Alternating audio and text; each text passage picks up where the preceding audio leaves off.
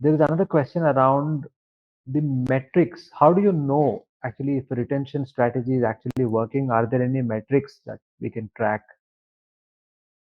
Yeah. So I think the most effective metrics to track are churn in itself.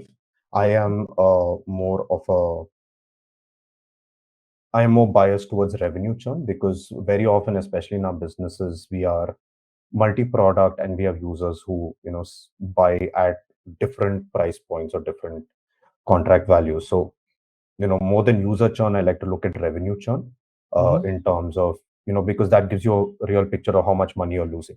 And the way I look at it is like, the typical metric for it is more of a retention metric, saying that, I had 100 users at the beginning of the month. I've added 40 users, new users. I've lost 20. So, my net churn is about, I think it will come out to be about 20%. There's a simple formula for it. But I try to look at it in terms of loss, because and I try to look at it in terms of new revenue loss, right? So like the way I look at it is like, if you are say doing 20% new revenue month on month, but you are churning 5% of your revenue also month on month, you're basically, another way to frame it is, you're losing 25% of all the new revenue that you've got is also Right. walking out the door, Yeah, because right? 5% is 25% of 20%.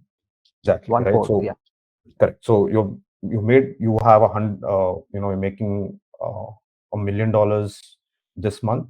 You made that $1.2 million, but you've lost 5% of that. You lost $50,000. So you basically lost a quarter of what you made, Right. and right, and that's directly speaks to your acquisition cost. It's a very painful, visceral way of looking at it. That's almost completely unignorable, right? And then kind of going one step further down into that, I think CSAT is very important here. That said, I don't think a lot of businesses use CSAT very well. They just plunk it at the end of a transaction and then kind of demand a score from the user or the customer. But going back to what we were talking earlier in the call about uh, breaking down the journey into a lot of discrete steps, identifying where there's disproportionate impact on the customer satisfaction, and then kind of asking, uh, where should I ask for if the customer is satisfied or not. Like, I've always asked myself this, like, Uber and Ola like to ask me at the end of a ride to give like 5 stars to this driver, but where is the right point to ask? Should they be asking at the time I get into the car? Because there is a huge stress and transactional friction on getting the cab itself. So maybe that's the right place to ask. I don't know. I don't work for them. But, or should they be asking at the end of the ride?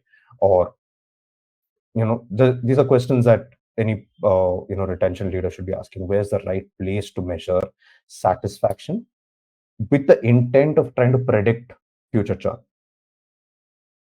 right? Right. You In, should in not in be other kind of words, measuring.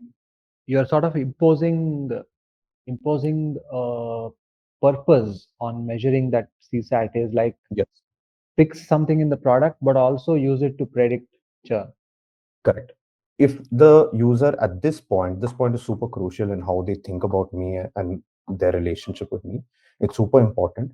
So if they're unhappy here, this would predict that these guys are going to bounce out. They may finish this transaction, sure, they'll give me the money now, but they may bounce out because we have left a bad taste in their mouth at some point.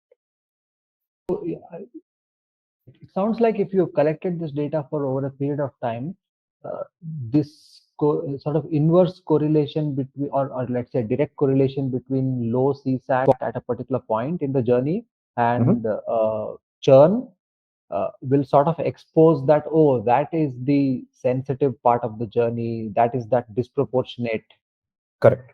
thing that you cannot afford to get wrong. Because it's Correct. like 85% of people who said this step is like 3 out of 5 are no more with us. Correct.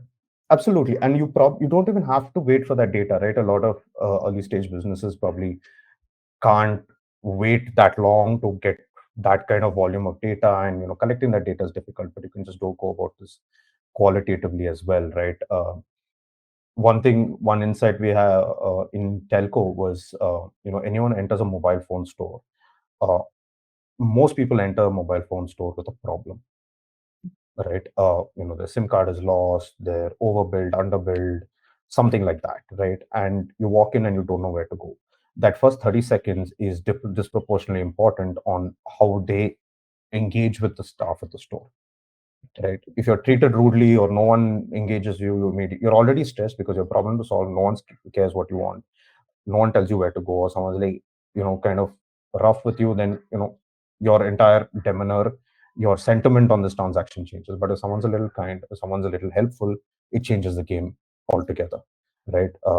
This is also true in, like your multi-brand retail stores. Like you enter and they have 150 products, and you walk in and, you know some stores in the west have now started giving out differently colored shopping bags, saying like, one colored shopping bag means I need help, I need someone to come and proactively assist me, whereas other people are like, the other color means leave me alone, I want to shop on my own.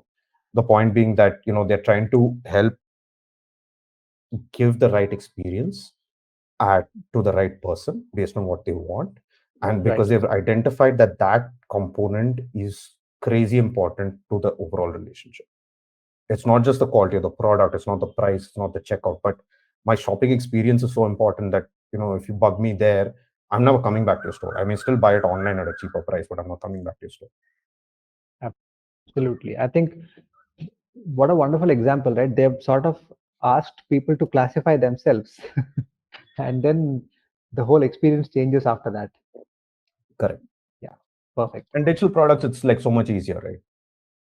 True, it's true.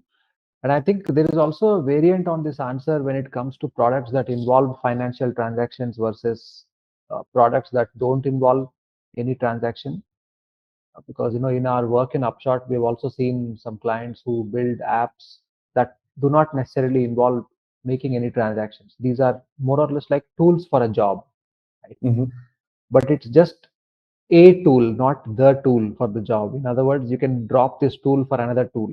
It's like, an example is like, you want to drive a nail into the wall. Yeah. You can buy any hammer in the world for that, right? So it's a tool for a job, and that changes retention also differently, because there the functionality becomes supremely important.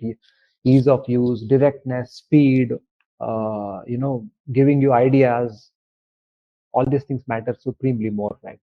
Correct. And that's what, right? Like coming back to proactively communicating the value and what you stand for and what's important, right? Since you brought up a hammer, very, very similar product space is like a Swiss Army knife, right? Right. And, there are hundreds and thousands of brands of unbranded Swiss Army knives. Victorinox is like the branded red one. And then you have like Leatherman, right? It's a good case study if you look at their communication and how they try to stand out for what is basically a handle with a screwdriver at one end and a knife at the other. Fundamentally, that's all it is they're not providing nothing unique, but they communicate it in such a way that, Leatherman users feel like, no, I don't have a Swiss Army knife, I have a Leatherman, right? Don't Right? There's a difference there, right? They're able to communicate that they're finding the There is value. almost like this feeling of be careful what you say. Absolutely, right?